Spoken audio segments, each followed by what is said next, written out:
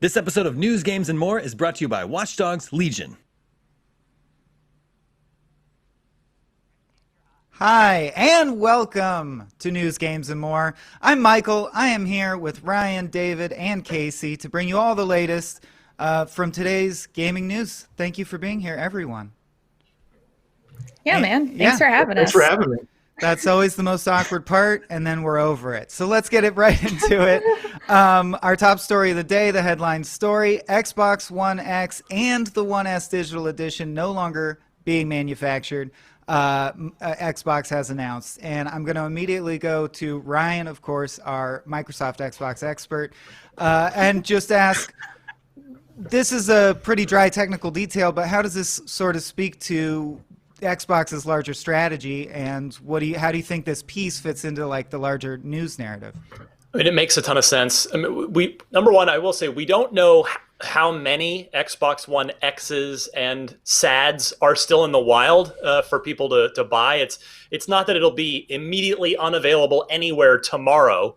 You'll still be able to find them for at least a little while.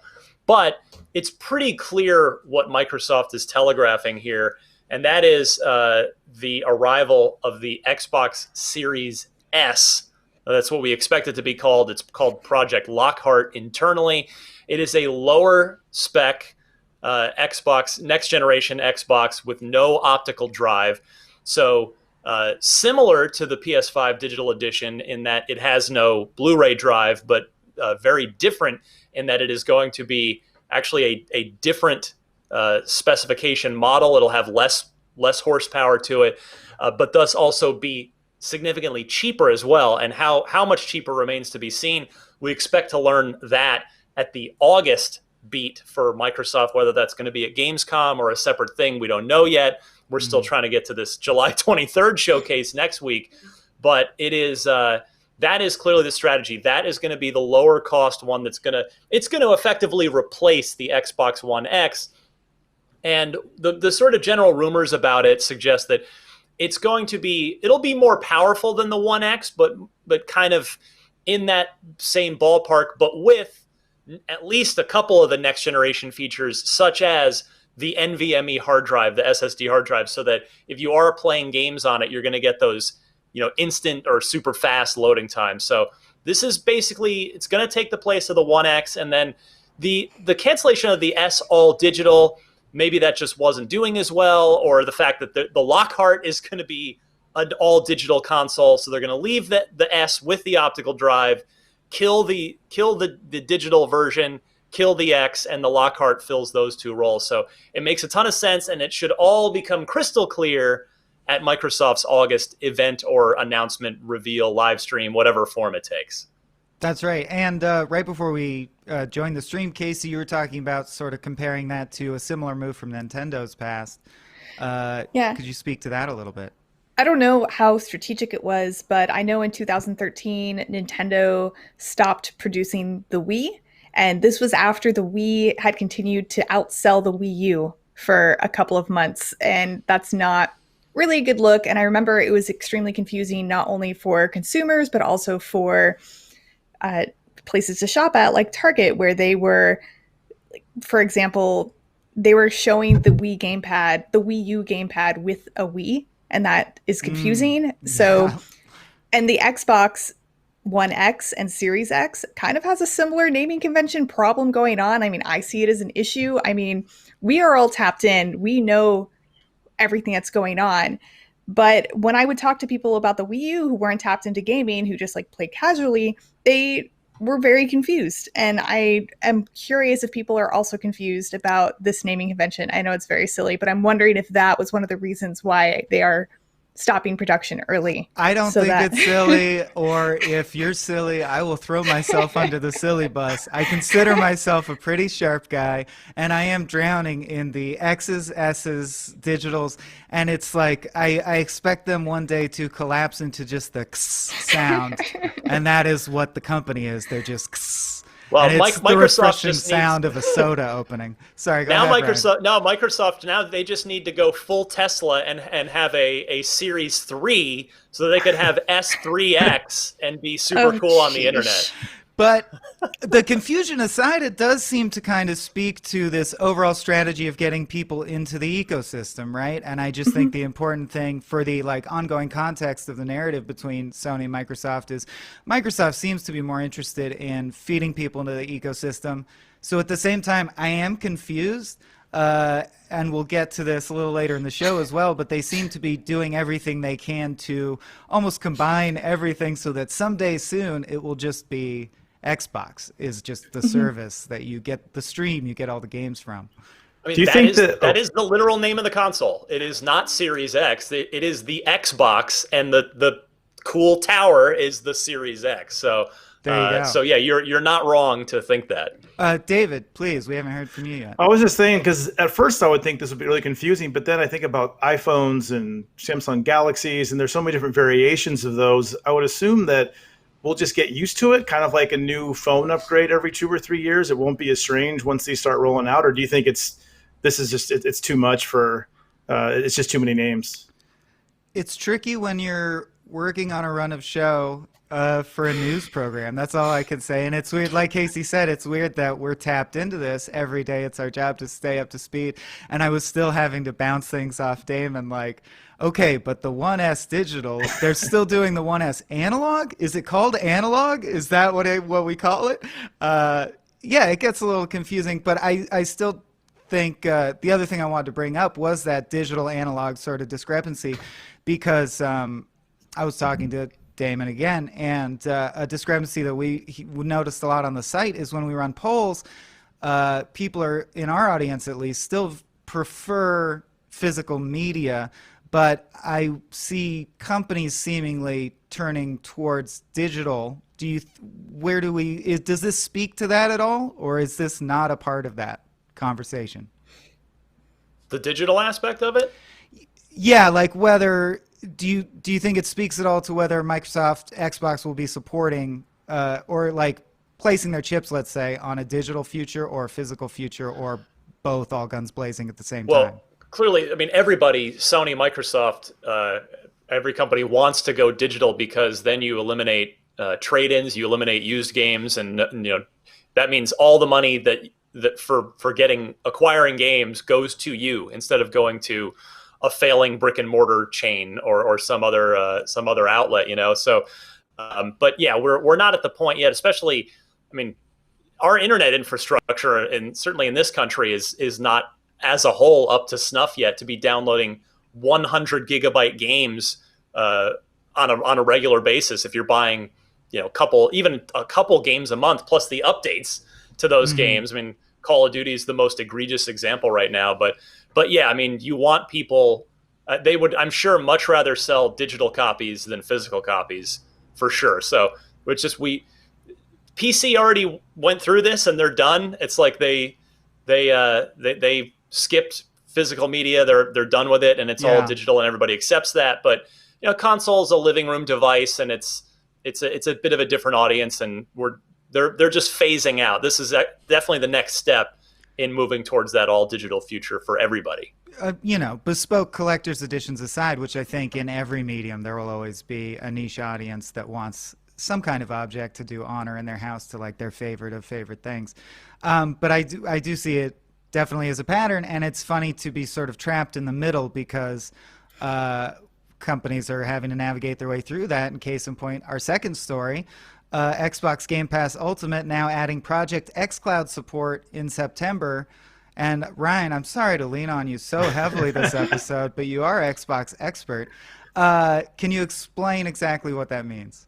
I mean, Microsoft, they had this was previously confirmed, so now we just have the window on at the timing. But xCloud's going to fold into your Game Pass subscription. So basically, you'll be able to stream as part of the money you're paying each month.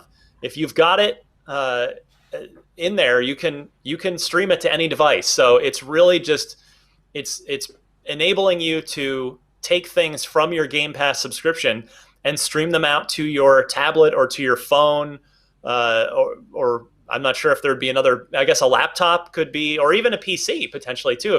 If maybe somebody else in your household's in the living room where the console is, and all right, well, let me get on my computer. And granted, if you've got Game Pass Ultimate, you could theoretically download and just play locally whatever the PC version of that game is. Although maybe your home PC is not powerful enough, in which case there's xCloud to ride into the rescue for you. So yeah, it's just another cool way. I mean, there's no downside to this. This is all good news. This is a great thing that Microsoft is just making the games on the Game Pass service, which is already a service that I'm absolutely dumbfounded that Sony hasn't already announced and rolled out a competitor. I mean, I know there's PlayStation Now, but it's really just not in the same ballpark. I mean, I think in 5 years we're going to look back on Game Pass and go, wait, we didn't always have that? Everybody didn't always have that, whichever platform you were a fan of and own. So this is a great step towards just making it easier to play games wherever. Right. And I guess that's what I mean about being stuck in the middle, because we've seen with things like Stadia, different attempts like reach the limits of our infrastructure, as you said, and technical limitations. But this is so clearly going to happen, and we're so clearly headed towards a future where a screen is just a screen and your game's just on it. That, I mean, I want to open it up to other voices, because otherwise I'd just be agreeing with you. But that seems like the right take to me. Casey, David, what do you guys think about this? I mean, I have an Xbox One, but to be completely honest, I do not play it that often because my friends are on the PS4 or they're exclusives on the Switch that I want to play. But even if I don't hook up my Xbox One all that often, having the xCloud integration, if I were to, example, get maybe some sort of tablet that would be high-end enough to play it, I can see people who don't even have Xboxes getting this service. Yeah, that's what. Yeah, in the future where it works, the hypothetical has to assume that it will work someday soon. Yeah. Yeah, I know. Nick O'Brien in chat did say that it better be like 1 gig per minute on these new consoles, the download speeds, which I guess is different from streaming, but still, you have to have like crazy speeds for these to work. Yeah, David, you were saying? I was going to say I just recently got rid of my Xbox a while back, and I'd used that to build a gaming PC. But I just recently upgraded my PC, and I got a new processor, I got a new Ryzen chip. And the cool thing is the Ryzen chip came with a 3-month pass for Xbox Game Pass, which is really awesome. Like Ryan said, now that I have it, I'm like, wow, look, all these games are available. And then the ability to use that technology to play on different devices away from a computer or away from your console is just, I think that's awesome. Yeah, I can't wait to try it. Yeah, as someone who remembers the Game Boy actually being mind-blowing that you could walk out of your house. I still think it's cool. Yeah. There's people in chat saying, like, I do not want to play my game on a tablet. And I'm like, that's fine. But if other people can, that's also fine. But why not, though? I mean, right, exactly. The Xbox gamepad Bluetooths to your tablet, like, why wouldn't you want to be on the bus or the subway or something and with your real controller just playing Halo? I mean, I want that. That sounds good to me.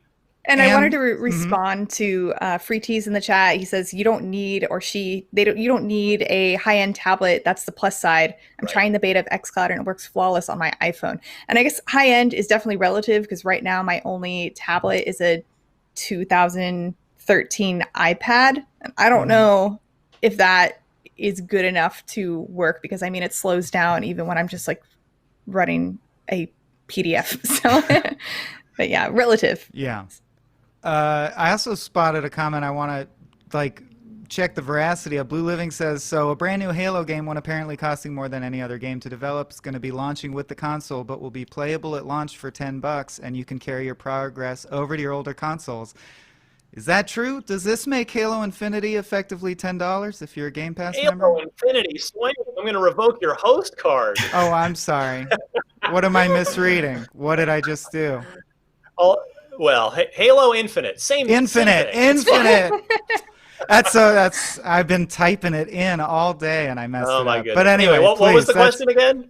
That's why you're our expert. You know the title of the game. I'm here to save you from commenter shaming is my job. That can't be done. But I was asking if this effectively makes it available for $10 if you're a Game Pass, or it makes it available to Game Pass Ultimate members. Not even $10 as far as like. Right. That's the cool thing about Series X launch is, say what you will about, I mean, we're going to find out a lot more about what Xbox's games future looks like next week, but the literal reality is if you buy a Series X on day one this fall, you actually get the premier launch title in Halo Infinite without paying a dime on. You just get it as, you don't have to spend another nickel, because the console will come with, presumably a 14-day, maybe even a 30-day if they're generous, but let's say probably 14-day trial for Game Pass. So you don't have to buy Halo. You might want to after you play it, but that's what's wild is, you don't have to pay another $60 to get Halo on day one if you don't want to. It'll just be in there in Game Pass, and there'll be a trial for it if you're not already a subscriber right in the box with the Series X. So that's pretty cool. Like that you're, as soon as you open the console, take it out of the box, hook it up, you've got this entire Game Pass library, of which at least Halo Infinite's going to be, optimized and built for that next gen experience. Yeah, you had me sweating, man. I was like, is Master Chief the Sony mascot? And I somehow have gone my whole life. David, Casey, are you guys Game Pass members? Let's go to David first. What's your experience with Game Pass? And I think we know where Ryan stands. Does this get you? Does this raise your relative interest in Xbox's offerings? Definitely, because I think when the new Gears came out, Ryan, I remember listening to the podcast, and you were talking about how, if you want to play Gears, it's a good way. Why don't you just try Game Pass? And the cool thing with Game Pass, you could play it on your Xbox or on PC, which is really attractive to me since I mostly do PC gaming. And like I said, since I just bought a new processor, I have 3 months free right now, which is awesome. So I've been trying that out. I really like the service. It's easy to use, and the flexibility is great. So I think I would like to upgrade and get the new Xbox when it comes out. So I'm definitely going to keep Game Pass. Casey, do you have a public stance? Or are you one Game of us Pass, privileged who will do both consoles no matter what? So Game Pass is the only reason I've turned on my Xbox in the last 6 months. I'm sorry, Xbox fans, but the fact that it has Game Pass at all is fantastic. I mean, it had the Outer Worlds, Outer Wilds. I checked out What Remains of Edith Finch. There were specific titles that would come to the service that, I want to check that out. So I would pay for the month subscription and then check out some other games on there that I may not have played otherwise as well. Like I played Surviving Mars. I don't know, it's a real-time strategy game. Okay. There's a bunch of really good games on Game Pass that I have not checked out. And so I would go for a specific game and keep it there. But if I were to get the new Xbox, I assume I would do the same thing. I would just, every time there was a game that came onto Game Pass that I wanted to check out, I'd buy it for the month, and then that month would be my Xbox gaming month. Yeah, I don't know if that's bad. That can be your relationship with that console? Yeah, that's my relationship. Yeah, exactly. Well, that's similar to what for those of you who don't know, I cover a lot of TV and streaming and all that. So I always tell people, if you need a streaming service to check out, one, there's a lot of free month signups, but two, if you just want to watch a show and binge a show, wait for it to finish. I mean, maybe the networks might not want to hear me say this, but wait till it finishes, subscribe, binge it, and then unsubscribe. So you're not making a huge financial commitment. That makes sense. I do the same thing with my streaming services as well. Yeah, I did that. I love Ray Donovan on Showtime, which just ended, and I just did exactly that. Just wait for the month the season to end, and then do that 1 month, and that's it. Watch the whole thing. Done. It's true, but you have to do it with those niche shows. I tried to do it with Game of Thrones, and you just can't because. Oh, you got to be in the water cooler on that one. Yeah, exactly. It was so left behind. Yeah. I do want to call out this comment from chat. It's from Wilden, please. And they said, don't feel the need at all to get Xbox, especially having Game Pass on PC. I don't need it. I'll just get a PS5 and stick with the PC for Xbox games. And that's a really good point. I mean, if you have a nice PC and you have Game Pass. And Microsoft's fine with that because you're still spending money in their world. You're a Game Pass subscriber. You're going to be checking out and playing their games. So they're fine with it. Yeah, all becomes the stream. Although the stream is, oh man, what a labored segue, is the stream has stemmed to a trickle as developers continue to face delays and shortages due to COVID and the strictures of working from home. And we actually just had a GDC survey that say that their games were delayed directly related to COVID-19 reasons. And I'll just say immediately, commenter Blue Living said, so 2/3 have yet to announce their delays, because my big takeaway is I think everyone knows this at this point, and I've been a bit heartened by and large, seeing people be pretty patient, certainly with us broadcasting from home. Everyone seems to understand why and the challenges that we're working within. And I think that goodwill extends to developers. Are you guys seeing that? And I'm just wondering, people who have developer relationships, what's the sense you get as far as how much working from home really hinders game design? Because my understanding is that it's going to vary from shop to shop.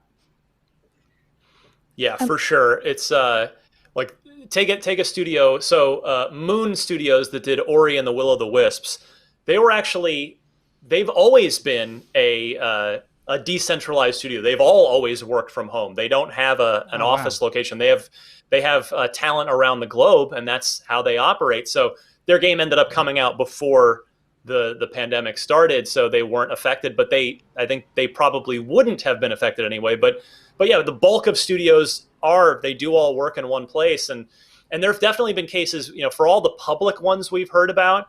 Like I know of at least a couple of other games for sure. I won't name names, but that just had never publicly announced a date. But I'd been privy to what the date was supposed to be, and then it ended up being later, because I mean it's completely understandable. I mean it's such a challenge. You're making a video game.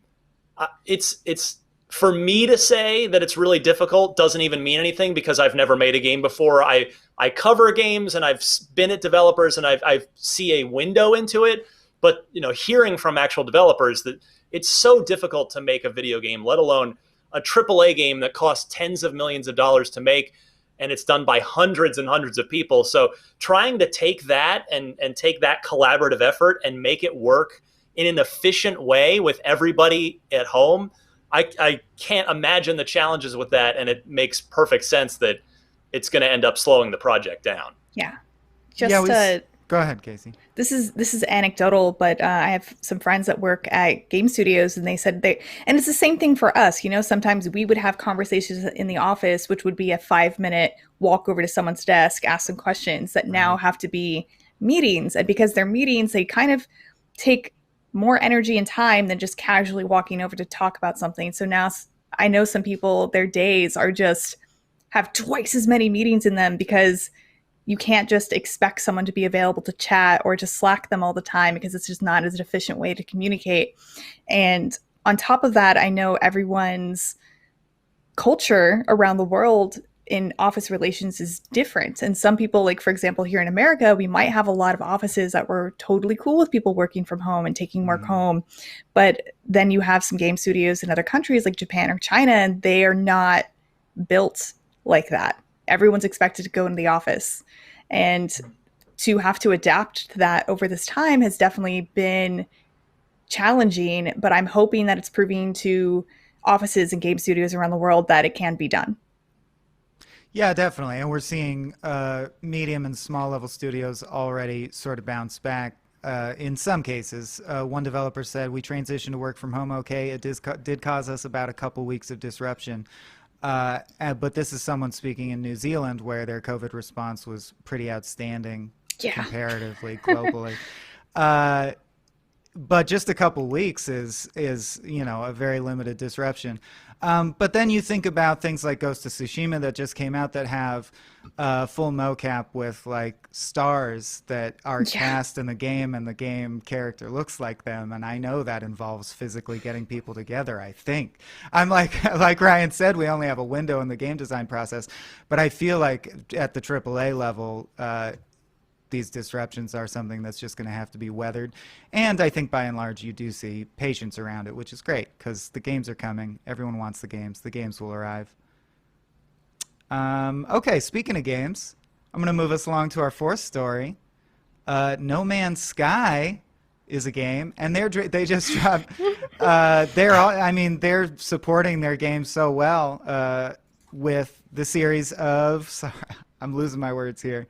What do they call it? An add-on? Big an content upgrade? updates. Yeah, Update. expansions, Update. content Thank you. updates. I wanted to call it the correct thing because you got me on my toes about the Halo Infinite thing, but it's update. Great. Update Swaim's words. afraid of me now. That's true. I always was, but now it's coming to the fore. Anyway, it's a horror-based one is what I wanted to get at, which is highly unusual for the game. My own experience, I kind of wanted to go around the horn and just get everyone's experience with No Man's Sky. I checked in with the next update and then spent a good long time with it, but I haven't played the mech update and I certainly haven't played this yet. And I got to be honest, I'm surprised to see it go in the horror direction, but I think that's really cool. David, what's your No Man's Sky pedigree? So when it first came out, I put about 40 hours into it. I really liked just being able to, well, once I finally got my ship fixed, just fly around and just jump from planet to planet. But after about 35, 40 hours, I found myself burning out and I just stopped. And then I saw all these updates coming out and people like, oh, the story's more robust. There's more things to do. And I had just finished playing Subnautica.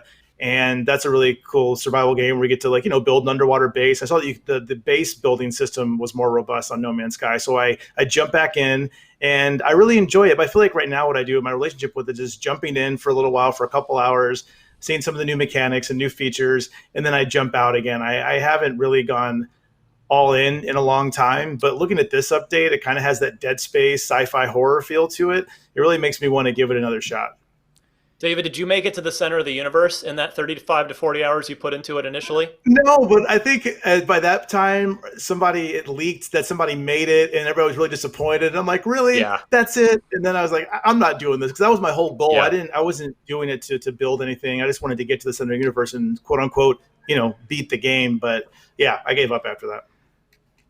And I whenever I check in, at least on the message boards, that seems to be the thing, is they're able to pull people back. Some chunks stay, but a lot of people end up having their fun with the update and then drifting back away. But this update called Desolation will add abandoned freighters across the game's galaxy that, of course, I'm sure will have scary challenges and loot as well. Okay, we're running out of time, but we'd be remiss if we didn't cover the video that Henry Cavill uploaded today that really blew up far and wide across the internet of himself putting a PC together. And I hope we're cutting to that because it is charming and delightful. David, you recently put a PC together, right?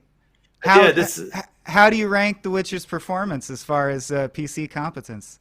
Now I'm assuming, I can't speak. I'm assuming this is his first build. So if it is, I think he did a really good job because I'm on my third or fourth now, and I feel like I can just kind of do it, in under 2 hours or so, and just kind of get Windows up and running, everything ready to go. But I love seeing him struggle with it, and he's pondering over. Also, if you look out of his window, you can see that it's night. It goes from day to night, and then it goes to the next day. I mean, it really takes him a long time to do this. And what they could have done is just cut it together really fast and made it look like he knew exactly what he was doing. But I love that they show the struggle because the fun part about PC building is kind of overcoming challenges. And you can see right now that's an all-in-one liquid cooler. On my first PC build, I didn't do an all-in-one liquid cooler because, I don't know, it just looked really hard.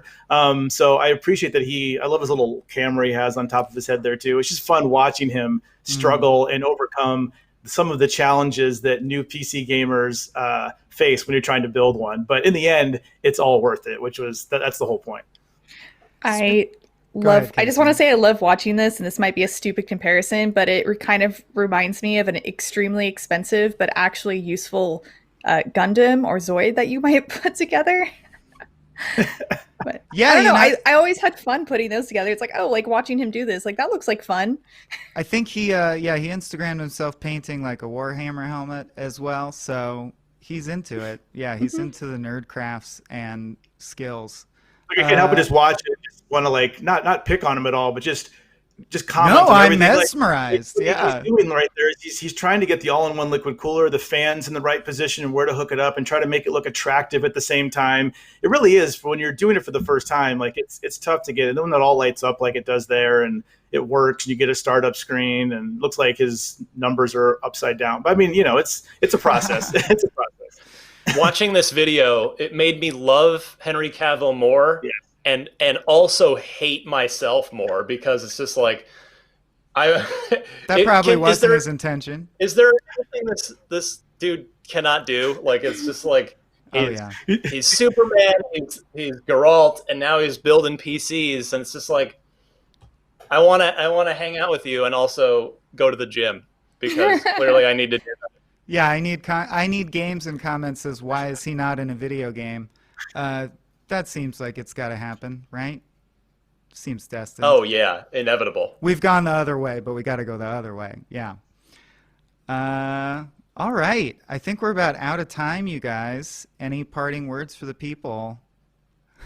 If you're looking for something to do please. over this quarantine time, do follow Henry Cavill, and if you can, build a PC. It's a lot of fun, even if you stumble and mess up. It's worth it in the end. Just I think just watching him do that, I think hopefully that'll encourage people to try it out if they haven't done it yet.